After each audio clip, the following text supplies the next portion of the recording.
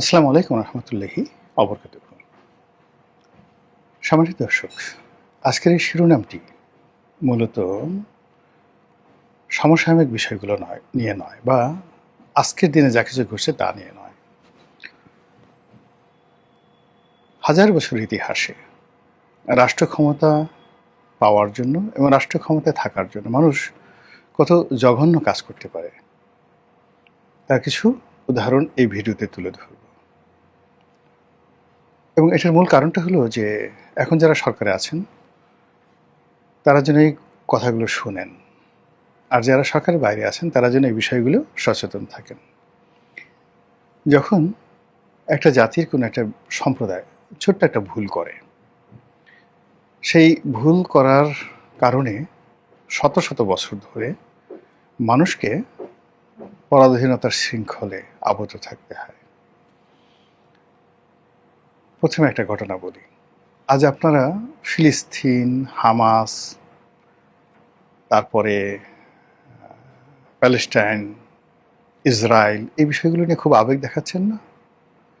মুসলমানদের অধিকার নিয়ে অনেক কথাবার্তা বলছি, কিন্তু আপনাকে জানেন যে আল্লাহ রাব্বুল আলামিন ওই জমিনে আমাদেরকে 800 বছর ধরে রাজত্ব দিয়েছিল। এই রাজত্ব মদিনা থেকে শুরু হলো, মদিনা থেকে সেই রাজত্ব কুফাতে গেল, কুফা থেকে সেই রাজত্ব দামেস্ক গেল, দামেস্ক থেকে সেই রাজত্ব বাগদাদে গেল, বাগদাদ থেকে আবার সেই রাজত্ব চলে আসলো কায়রোতে ফাতেমি সাম্রাজ্যের মাধ্যমে। তারপরে সেই রাজত্ব চলে গেল একটা অংশ স্পেনে, আর একটা অংশ ভারতের মুঘলরা চলে আসলো, আর একটা অংশ মধ্য এশিয়াতে চলে আসলো খারুজম ডাইনেস্টি, আর একটা অংশ ইউরোপে অটোম্যান সাম্রাজ্য। এই অটোম্যান সাম্রাজ্য 800 বছর ধরে মধ্যপ্রাচ্য শাসন করেছে প্রথম মহাযুদ্ধের সময়।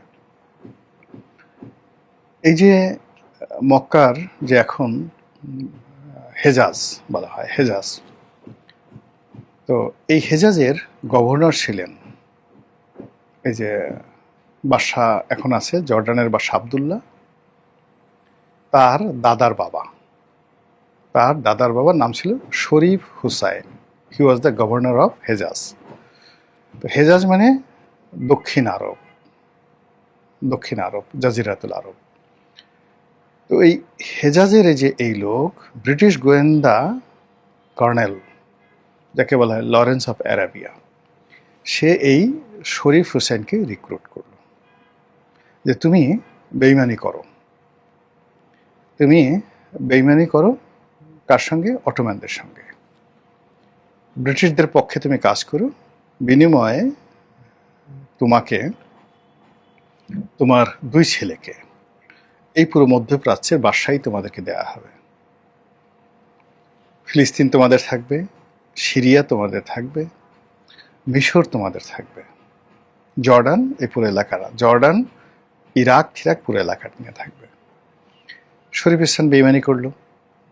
এবং আপনি জানেন যে ওই সময়টাতে পৃথিবীর সবচেয়ে বড় রেল লাইন ছিল প্রথম মহাযুদ্ধে, trans Jordan rail line. Iraq থেকে এই রেল লাইনটা শুরু হয়ে একেবারে সেই মদিনা পর্যন্ত এই রেল লাইন ছিল। আর এই রেল লাইন সেই ইরাক হয়ে, ফিলিস্তিন হয়ে মদিনা পর্যন্ত রেল লাইন ছিল। এখনো মদিনাতে গিয়ে দেখবেন সেই অটোম্যান যুগের সেই রেল স্টেশন আছে। তো বুঝেন যে অটোম্যানরা কি করেছিল মুসলমানদের জন্য। এই শরীফ হুসেন এবং তার যারা লোকজন এই ফিলিস্তিনের এই এলাকাটাতে, ইসরায়েলি এলাকাটাতে ট্রান্স জর্ডান রেলওয়েটা সম্পূর্ণ উড়িয়ে দেয় এবং 20,000 অটোম্যান সৈন্যকে তারা মেরে ফেলে।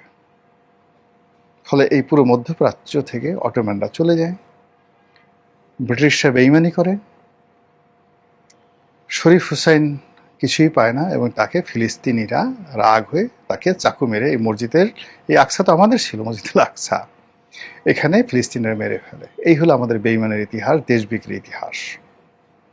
আচ্ছা, কারবালার কথা বলি। এই যে কারবালা এত ঘটনাটা ঘটলো, ইমাম হুসেনের সাথে এই ইরাকের লোকজন বেইমানি করলো।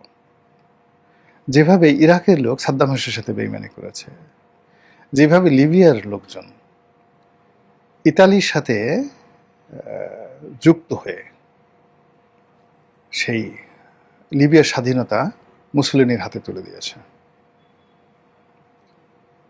একইভাবে সেই যে সাদ্দাম হোসেনের সাথে তারা লোকজন, তারা আমেরিকার দালাল হয়ে, এবার তো ইরানের ভাগ্য ভালো, ইরান বেঁচে গেছে, পুরো ইরাককে তারা তুলে দিয়ে আজকের এই যে পুরো সিরিয়া, ইরাক, লেভান্ট, পুরো এলাকাতে যে সবকিছু, এত আমাদের বেইমানির ফল। আমরা বিক্রি করে দিয়েছি, মুসলমানরা বিক্রি করে দিয়েছি, ওই অঞ্চলের লোকগুলো বিক্রি করে দিয়েছে। দ্বিতীয় বিশ্বযুদ্ধের সময় দেখেন দুটো দেশ, একটা হলো নরওয়ে আর একটা হলো ফ্রান্স, তারা বেইমান তৈরি করে ফেলেছে নরওয়েতে, ফ্রান্সে বেইমান তৈরি করে ফেলেছিল। ফলে ফ্রান্সের আর্মিদের একটা বিরাট অংশ হিটলারের সাথে যোগ দিয়ে সেই তারা সেখানে মানে নাৎসি বাহিনীর শাসন কায়েম করেছিল। সেম নরওয়েতে একই ঘটনা ঘটেছিল। আমাদের পাক ভারত উপমহাদেশে বহু ঘটনা রয়েছে। আপনি যদি মুঘল জমানা চিন্তা করেন, নাদের শাহ যখন আক্রমণ করলো, মোহাম্মদ শাহ তখন এখানে। আপনি যদি সুলতান মাহমুদ গজনীর সুলতান মাহমুদ প্রত্যেকবার ভারতের লোকজন তাকে ডেকে নিয়ে আসছে, আসেন যুদ্ধ করেন।